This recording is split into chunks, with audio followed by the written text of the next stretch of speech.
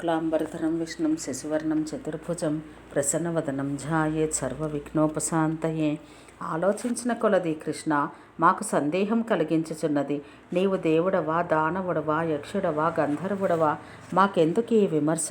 మా బంధువుడవు నీవు, వందనం అనగా విని క్షణం ఊరకుండి కొంచెం నెయ్యంపుటలక తెచ్చుకొని గోపకులకు కృష్ణుడు ఇట్లు మారు పలికెను.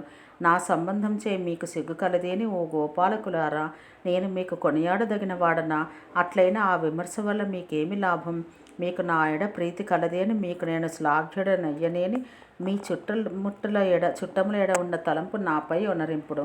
నేను దేవుడను కాను, గంధర్వుడను కాను, దానవుడను అంతకంటే కాను. నేను మీకు చుట్టమునై పుట్టినాను. దీని గురించి ఇంతకంటే వేరుగా ఆలోచించవలసిన పని లేదు అన హరి పలుకులు విని పొల అలకగొన వనమునకను జనిరి. కృష్ణుడో విమలమైన ఆకాశమును, శారద చంద్రికను అయ్యడ విప్పారినవై దిశలెల్ల పరిమళింపచేయుచున్న తెలికలువ పూతీగను ఝుంకారమును చేయి తొమ్మెదల గుంపులతో మనసు హరించు వనరాజుని కని గోపికలతో రమింప హరి మనసుగొనను. బలరామమూర్తి లేకుండా వనితలకు అత్యంత ప్రేమగా అవ్యక్త మధుర పదము లలితముగా తారమంద్ర స్థాయిలో చక్కగా సౌర సంగీతము పాడను. ఆ రమ్య గీత ధ్వని విని గోపికలు ఇండ్లు వెడలి అయ్యడ హరి ఉన్న ఎడకు ఏతెంచిరి. ఒక గోపిక అతని లయానుకూలంగా మెల్లమెల్లన వంత పాడను. ఒక సుందరి ఆ పాట ఎడ శ్రద్ధ కొని అతన్ని మనసారా తలచను. ఒక ముగ్ధ కృష్ణ కృష్ణ అని పలికి సిగ్గుపడెను. ఒక ఆమె ప్రేమాంధయ్య వెంటనే అతని పజ్జకు అరిగెను. ఒక బాల ముంగిలి వాకిటకు వచ్చి వెలుపల ఉన్న తమ పెద్దను చూసి కనులు మూసి తన్మయత్వంతో గోవిందుని ధ్యానించెను.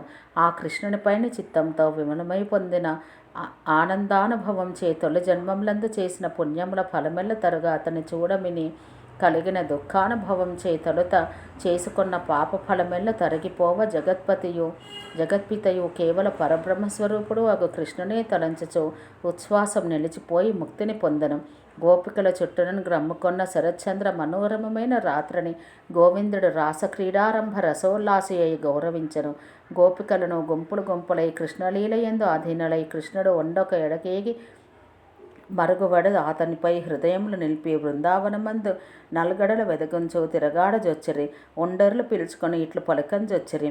ఒక గోపి, ఇదిగో నేను కృష్ణుడును చక్కగా వెళ్ళుచున్నాను, నా జాడ కనుగొనుడు అనియే.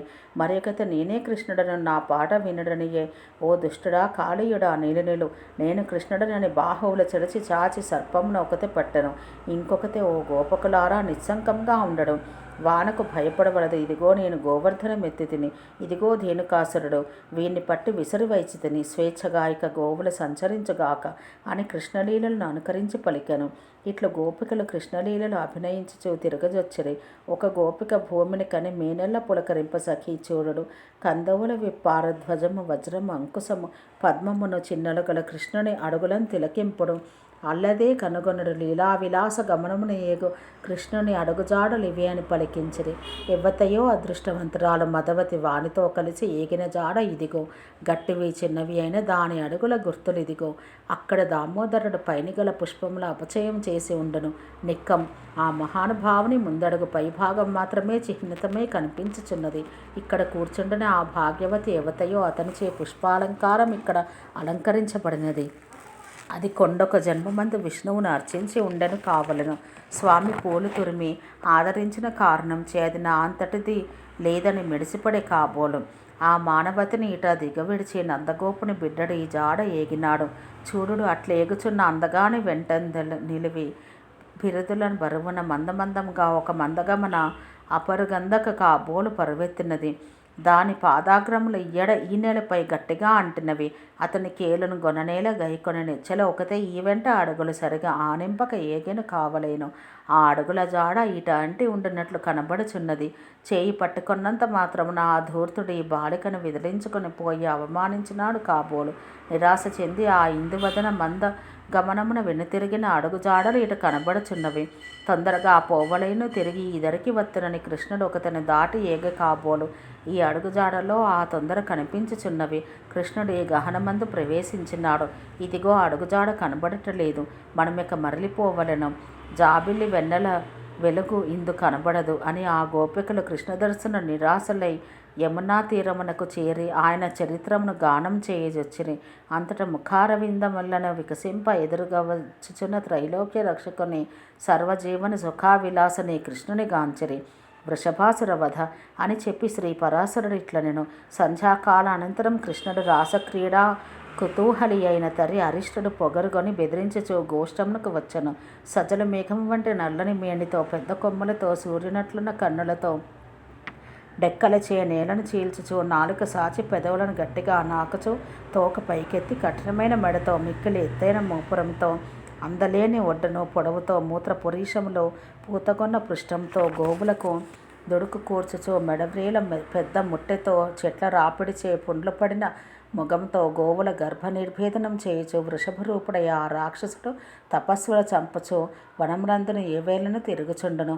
ఆ ఘోర రాక్షసుని చూసి గోపగోపి బాలకులు జడిసిపోయి కృష్ణ కృష్ణ అని ఆక్రందించిరి. అంతట కేశవుడు సింహగర్జనం చేసి అరచేతులు సరచి చప్పుడు చేసెను.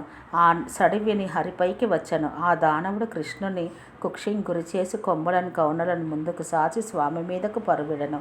అట్లు పైబడు ఆ మృక్కడి రాక్షసుని కనియు హరియున్న తావు నుండి కదలక నీ లెక్కేమి పోరా అన్నట్టు నటించి తన్ను దరిసిన వాణ్ణి పట్టుకొని కదలకుండా రెండు కొమ్మలు బట్టి వ్రాల్చి మోకాళ్ళను గడుపునని పొడిచెను. వాని దర్పబల మనిషి తడిబట్ట పట్టి పిడిచినట్టు వాని మెడపట్టి పిడవబట్టెను. ఒక కొమ్మూడ బెరికి దాన్నే వాడి కొట్టెను. ఆ రాక్షసుడు నోట నెత్తురు గక్కుకొని చచ్చెను. ఆ క్రూర దానవుడు హతుడైనంత గోపకులు జంభాసురుడు చావగా దేవగణములు ఇంద్రుని బలే కృష్ణుని కొనియాడిరి. ఓం శాంతి శాంతి శాంతి.